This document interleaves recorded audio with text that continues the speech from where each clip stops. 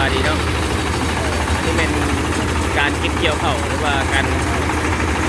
หลังจากเราได้เก็บเกี่ยวแล้วเนาะนี่ก็ญาติข้าญาติคนเนาะเล่นแต่การทำนั้นอันนี้เป็นด้วยความสามัคคีเนาะของญาติพี่น้องช่วยกันว่า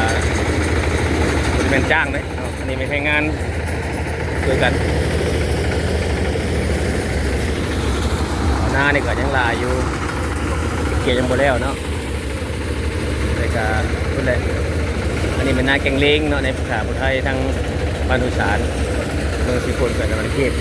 เป็นบ้านพุทธไทยที่เรามีความช่วยเหลือทางด้านแรงงานนี่เป็นอย่างดีเนาะดูความสามัคคีกันเป็นอย่างดีจะช่วยกันแบบนี้แต่ละร้านเนาะนี่เป็นร้านที่2จะปั่นเนาะเป็นปั่นจะเอามาช่วยกัน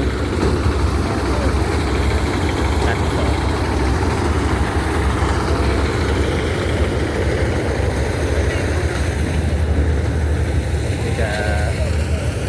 ส่วนตัวนี้มันส่วนมันต้นหลังจากแล้วมันต้นกับพี่ให้ไปน้ำประดินตอนนั้นนี่เนาะพูดเลย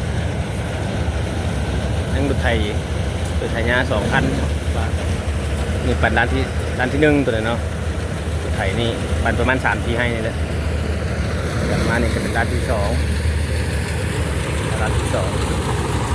าเริ่มปั่นเนาะ